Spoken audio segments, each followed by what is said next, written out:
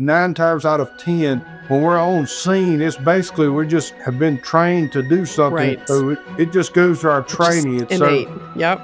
if we can get these kids and teachers in school to know that, hey, a fire can happen at any time, an emergency can happen at any time, make sure you got your walkie-talkie, make sure you got your phone, make sure you got your list, that when the real emergency happens, they won't even be thinking. They will just go through the motions of their training.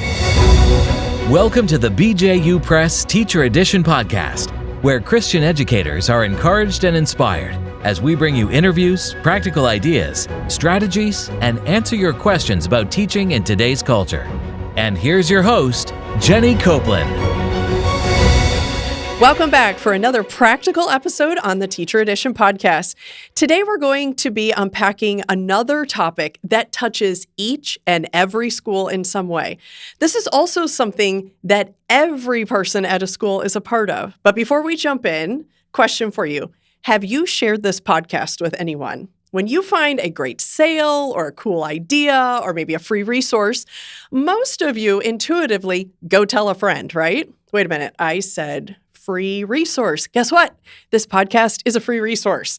We have a whole library of episodes and new ones are delivered to you each week. Why would you not tell someone? So take time today to go intentionally share this resource out to your friends and coworkers. You never know how the Lord may use this to support and encourage them. And just a reminder, we're on social media. We are Teacher Edition Podcast on Facebook. You can find us on Instagram and TikTok at Teacher Edition Pod. Again, that's Teacher Edition Pod. And if you haven't visited our website, go take a look. It's teachereditionpodcast.com. And don't forget about YouTube as well. You can go there and watch these interviews. All right, let's get into today's topic. So we've had a few different episodes about school safety. It is such an important topic and one that, as I mentioned at the beginning of this episode, includes every single person. Safety is not just the responsibility of the school administrator or the office personnel. Cliche though it may sound, it's true. Safety is everyone's responsibility, even at a school. We've talked about a number of different safety topics, and today we're privileged to have two guests with us, Stephen Campbell and Marty Phillips, and we're going to talk about fire safety. Wait, do not click close on this episode. Fire safety is far beyond those monthly drills that we all know we love in schools. It is an awareness of everyone and in all places of the building. So let's meet our guests. First, Stephen. Stephen became a firefighter about 5 years ago. He's currently serving in fire service as an engineer. He and his wife, who has been a Christian school teacher for many years, have 3 children. Stephen enjoys spending time with his family and he even finds some time for sports and woodworking occasionally, I'm guessing.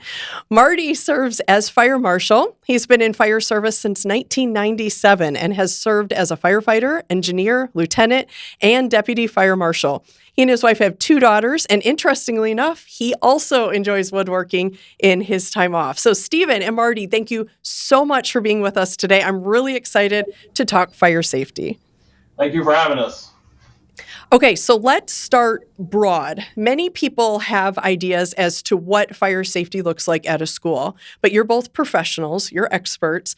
What would you say are the most important aspects of proper school fire safety? What do you think? Probably what's most obvious to most people are have the proper fire alarms, True, extinguishers, and then evac plan for if fire were to break out, including the fire drills. Going a little bit deeper, knowing how to maintain this equipment, the fire alarms, make sure your batteries are up to date. Maybe even the people that work there, teachers, staff, actually, do they know how to use a fire extinguisher if they need to? it's a good question.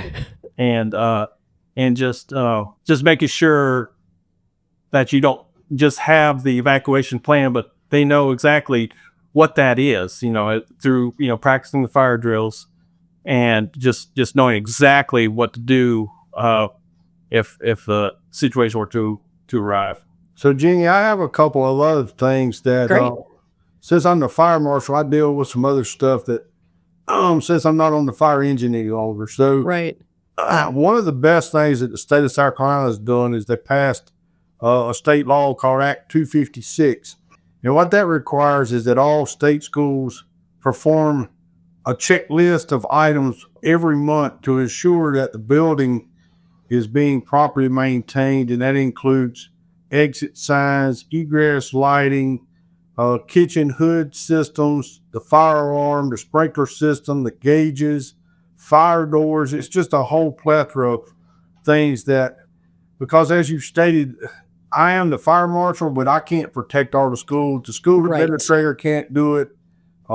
It's really got to be the whole community of the school culture to get into the fire safety. And you've already mentioned it, that another law is that they got to have a fire drill within the first 10 days of school starting, and they should have one each month. And I know it's been a long time since I've been in school, and I even taught school a little while, but That's great. most of the time, everybody knows that it's a fire drill. Everybody knows that it's not the real thing.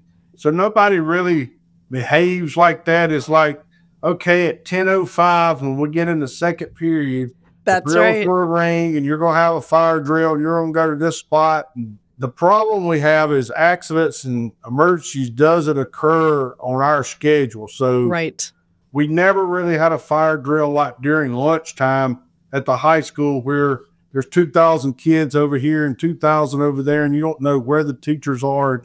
It would just be a totally different thing. So there are 5 things that I think the biggest thing is prevention. Like, if we can prevent an emergency from occurring, then we don't have to deal or mitigate any emergencies. The second one is detection, and that one's not too bad because there's so many people and so many eyes, and unfortunately so many cell phones now, that they're going to want to be the one that posts that first video that I caught the fire trash can in the boys' bathroom first. The third one is suppression, and unfortunately in the state of South Carolina, we have many schools that were built prior to the code requiring it, but we do have a lot of schools that are not sprinklers.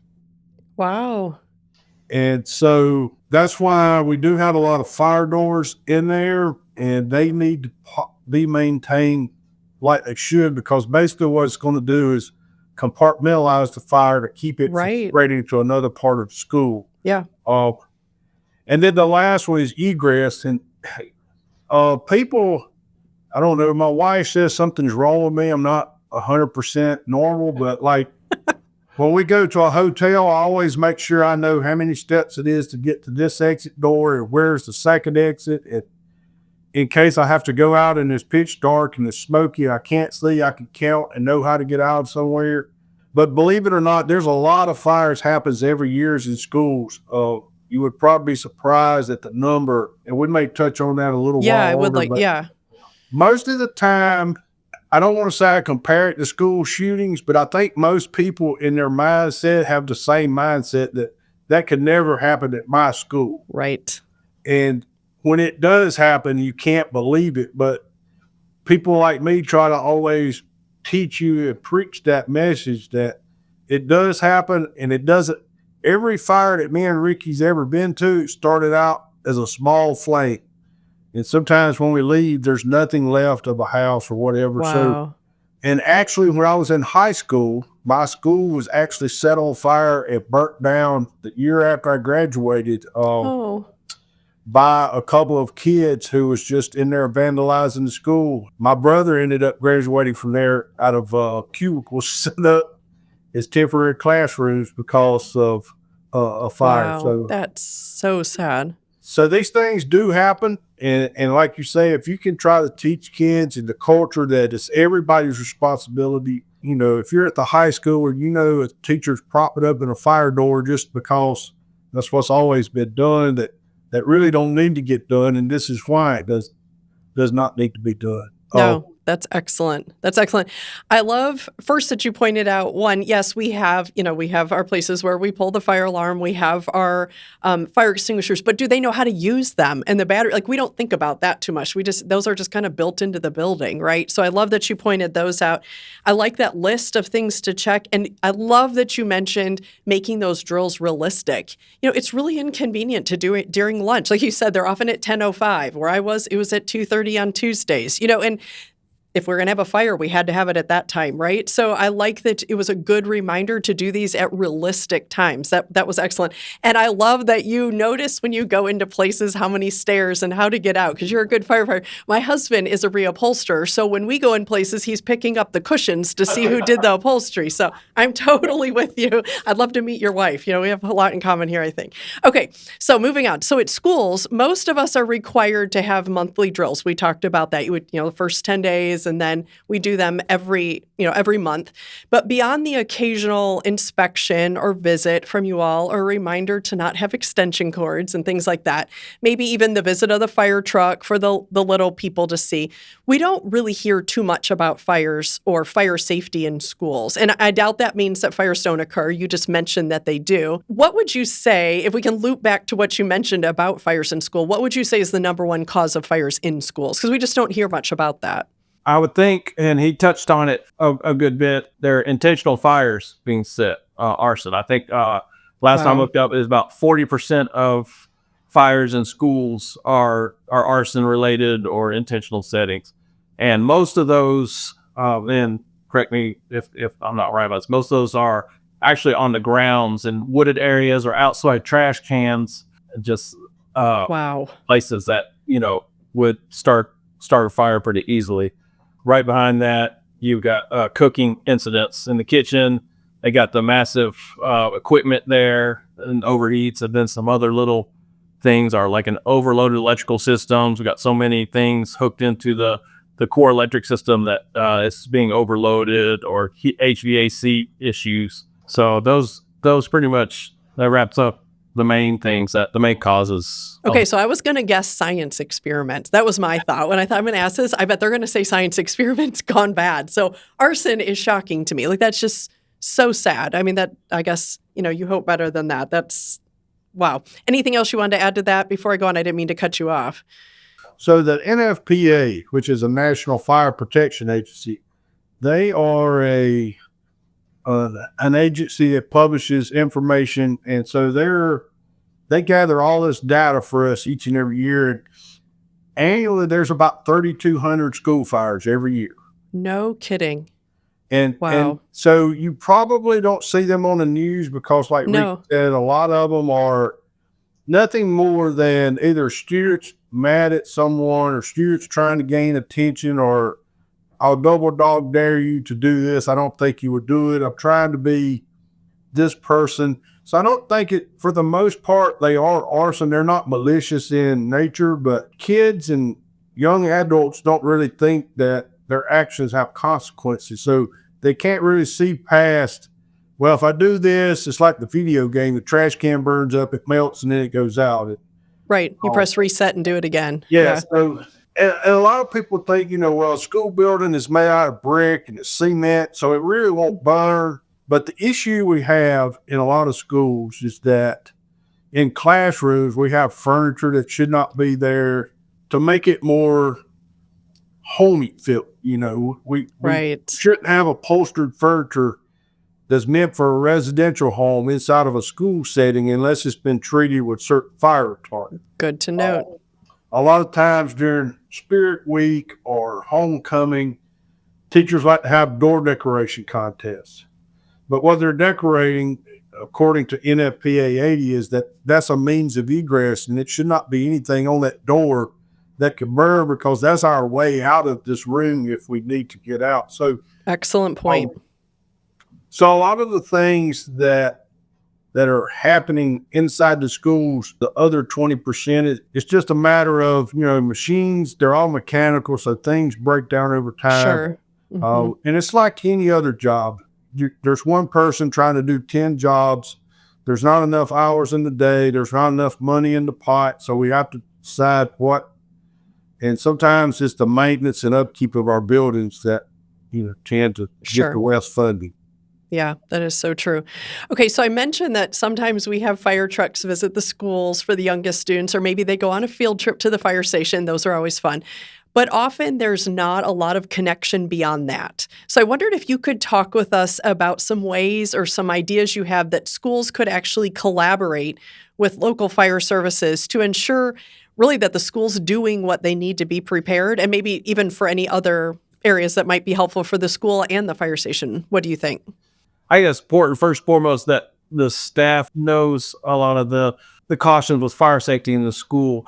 And maybe at the beginning of the year, when you're having all your pre-year meetings and things that you have, even if you had someone from the fire department come and talk about Great idea. instructions on using the equipment for fire safety, or knowing the egresses, the mapping out and charting out your evac plans, going over basic fire safety that they can kind of take to the classroom, and depending on the age of their students, relay that and kind of incorporate that whenever they have fire drills. Absolutely. On top of during the year, I know there's career days, and those yes. are great times where they can firefighters come in, talk about safety. We've always heard the stop, drop, and roll thing, and how to crawl around because of smoke. Right. Smoke is it gets bad. How to dodge those. But also one of the more strict things, especially in the elementary schools, the younger kids, they see firefighter in full gear and they want to run, panic, cry, and they don't want to listen to instructions and everything. So a lot of times when the fire comes in and talks about fire safety, have them don the fire gear right there, piece by piece, so that they see the equipment, why we have to wear what we wear, and then they get to see us without the gear and just don the gear in that manner, and then they'll be like, oh, okay, this is what they look like. Yeah, it's pretty normal. Yeah. So I think we do a few things here. We do offer a public show that does some fire safety times. Sometimes with the younger kids, it's hard to keep their attention very long. So if we use some puppets or some different things, it helps to get the message across. And we've actually ran some calls here where people has told me, hey, I remember you came to my school and you talked about matches and a meeting place and exit drills from the house. I tried to help educate educators that, and I was this way for a long time until I became a career fireman. Fire safety is not really a month. It should be year round. It just right. I know what they're trying to attempt to do there, but and place a lot of focus. But sometimes that's the only time people think about that. True. And like Ricky said, we do some other things. One of the things that we've started doing here lately is some whole school groups have finally figured out that we're a resource that they can use. And so we've got some churches with their trail life groups. So what they've started doing is they started including us each month. And so like we just had a group came over and they basically just did a station tour and kind of see what we do. Next month, I think we're going to do some basic first aid stuff with them to try to teach their kids, 6th to 9th graders, what are some basic things you need to do if someone breaks an arm or has a bad cut, or just to be able to deal with those situations. Because most of the things in emergencies, my daughters and my wife ask me all the time, is that they don't really understand how we do what we do. But Ricky can tell you that 9 times out of 10, when we're on scene, it's basically we just have been trained to do something. Right. So it just goes to our training. It's innate. So yep. If we can get these kids and teachers in school to know that, hey, a fire can happen at any time, or emergency can happen at any time, make sure you got your walkie-talkie, make sure you got your phone, make sure you got your list, that when the real emergency happens, they won't even be thinking. They will just go through the motions of their training. And one of the things that we do offer, but we don't do it at school, and I've never known why until you just asked it, but we do fire extinguisher training at plants and companies and for grown-ups, but we've never done that at the school. And there you go. Maybe that's just something that we need to take there because it's not hard to do, but if you've never done it before, you don't want it to be the first time it's a real emergency. Yeah, you don't need to be reading the instructions right then. Yeah, no. You don't want to be reading. You just see what to do. Okay, these are excellent. So let me recap those. So I love including fire personnel in the beginning of the year training. I was one of those principals who stood up there every year and talked about how we are going to do our drills and how you get out of the building. But, it would have had a whole lot more oomph if I would have had a firefighter standing next to me explaining this or demonstrating it. So I love that. Career days, fantastic. We don't want to forget them for that.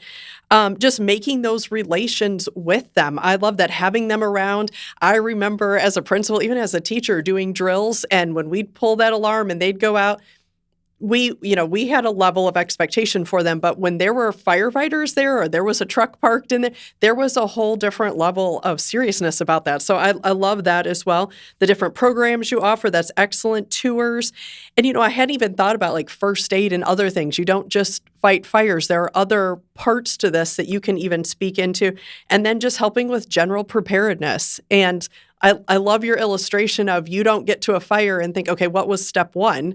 You have your training, it's intuitive, and you are in there doing it. And that's what we want from our teachers, from our administrators, even from our students. Like, this should just be so built in. So that is excellent. Okay, so I mentioned earlier in the episode that a lot of people have an idea about fire safety, in schools. We've talked about the drills. We try not to block the exits and such.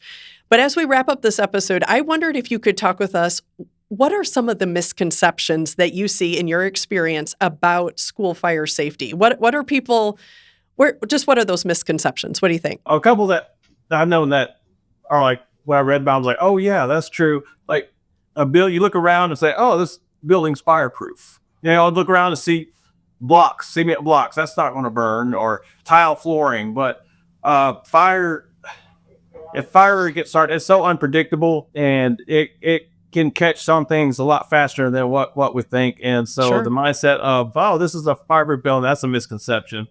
Also, small fires are no big deals. I know he talked about a trash can fire. They think, oh, it'll burn up, melt, and it'll be gone. Well, that's not necessarily. Again, with it catches a flow path, doors are open, it can go whatever way it wants to go. And also, we kind of hit on this, assuming everybody knows the evac clamp. Right. It's assumption gets people in trouble. That again, just practicing and talking about the direct path or different options depending on where the fire is, and knowing where to go and what to do during those situations. Oh, about, smoke alarms provide adequate time to escape a fire. Mhm. Not always. Sometimes you got maybe a fire, smoke alarm goes off, and you may have 2 minutes to get out of a building, depending on how that fire is acting and what the actual it's burning, the fuels that are Right. burning. I'll let Marty. Yeah, that's great. Anything, Marty? Oh, go ahead. I was going to interject that if you hear him refer to me as Ricky, that's my fire nickname. We got in on a secret here, didn't we? Yes. I didn't want. They're probably confused. You keep mentioning this Ricky. That's me. I think I need a fire name.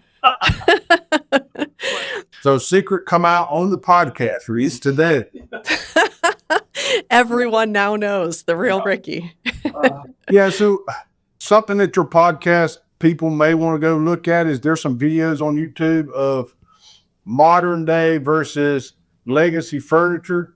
Back when I first started fighting fire in the early 90s, we had solid wood furniture. We had different fabrics that were not so combustible. And so it may be, I don't know, it could probably be 10, 12, 15, up to 20 minutes before a couch that caught on fire would end up catching the whole room on fire. Wow. Nowadays, stuff that's built is not solid wood. It's basically, I call it solid fuel gasoline. So it's basically Sure. like that couch you're sitting on in your living room is basically nothing more than gasoline turned into some solid form that you can sit on. But now that same setup in your living room, in less than 3 minutes, that whole place is going to be engulfed Sure. just Yeah. because of the amount of heat release rate Right. and all that stuff. So, like Ricky said, the smoke detector, some people say, well, yeah, I'll check on this chirp and I'll get to the battery later. But most people, and my wife included, if I ever die, it's going to be her fault, but she won't let me sleep with the door shut. But you should always sleep with doors shut. They give you so much time and they keep out so much smoke and heat, because I would say probably in the 90 percentile range that most people in house fires die from smoke inhalation. Interesting. Smoke. It's not the flames. They die well before the flames get there. The smoke is so bad Yeah. That was one of the things that I put in here because we talked about it a little bit earlier with the emergencies. But no matter in your mind how you picture a house fire, it's so much worse than you can think of. I mean, it Yeah, really I can't is. imagine. Same way with car wrecks. We go to car wrecks, and even though if you've been in a car wreck, but it's just always so worse than your worst nightmare that you Yeah. can think of. And so I try to tell people, that you should be practicing exit drills. And I know our lives are so busy right now Sure. that everything is just, we'll do it later, and later never comes. Tomorrow never gets here. But it's so important for your children to make sure you're practicing exiting drills in the hall. Make sure you're having meeting places, and make sure there's nothing in your house where it's going back to get, because most of the time those people never get back out. Right. The only thing I would ever go back in to get would be my wife or my daughter, which I would have never came out with to start with. But Right. there's nothing in the house, no cell phone, no pictures, no animals. There's nothing in there. And then a lot of times people in schools they know what should be done and what shouldn't be done. And they say, well, it's okay. Don't worry about it. We're just going to prop this door open. It's convenient. It makes it easy because people go in and out of here all the time, and nothing's ever happened, and nothing's probably never going to happen. But Never know. you watch the news every night, and those same people said, I never would have thought nothing like this would have ever happened here. Right. So it's happening somewhere. It's just we're trying to make sure it doesn't happen in our part of the world. Yeah, that's excellent. So, assuming that your building is fireproof, because you see things that look like they might be fireproof, small fires don't matter. Yeah, definitely a misconception there. You have plenty of time to get out, not necessarily.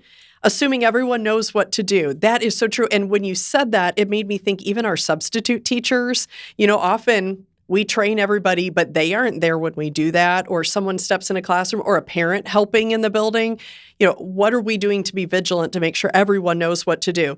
I love that you mentioned about the furniture, because when you go in some classrooms, there's poofy pillows and they have those bean bags, and even schools have big curtains sometimes, for their stages. I was thinking of all that when you were talking. So super great advice for our listeners to just go think about those things and how quickly they can burn. And of course, we know some of those can be treated, or maybe you trade them out for a different fabric, but maybe in general, we just don't need as many of those things in our schools. And they are, they're fun to sit on and throw around your room, but we have to think safety first. So these are excellent. Did I cut you guys off? Did you have anything else to add to that? Nope, you're good, Jane. Great. Excellent. Well, you both have given us so much to think about. When an accident happens, or for whatever reason a fire starts, it is way too late at that point to go ahead and take fire safety seriously. And yes, sometimes it seems inconvenient. We talked about that. Or maybe it doesn't allow us as a teacher to do something exactly like we would like to do it in our classroom. But we have to remember that every day parents are dropping off their most important, treasured possessions and trusting us to keep them safe. So following fire safety is the least thing we can do. Stephen, Marty, this has been great. Or Ricky and Marty, I should say, maybe. Thank you again so much for giving of your time to be with us today. I appreciate it. It was our pleasure. We enjoyed it. So I hope we said something that would help administrators and teachers, and I hope it goes to good use. And if you need anything, have any more questions, or just contact us or your local fire department, and we'll be sure to give you some more information on this stuff. That is wonderful. Thank you so much. And listeners, thank you for making us a part of your day. I hope you gathered some great insights from today's discussion. Remember to go to teachereditionpodcast.com to learn more about the show and to submit questions for our upcoming episodes. Of course, be sure to subscribe to the podcast and follow us on social media. Now, it's time to get back to your day. But it's not just any day. Every day in the classroom is your day to impact and inspire through God's power and through His grace working in you. Go do what God has called you to do.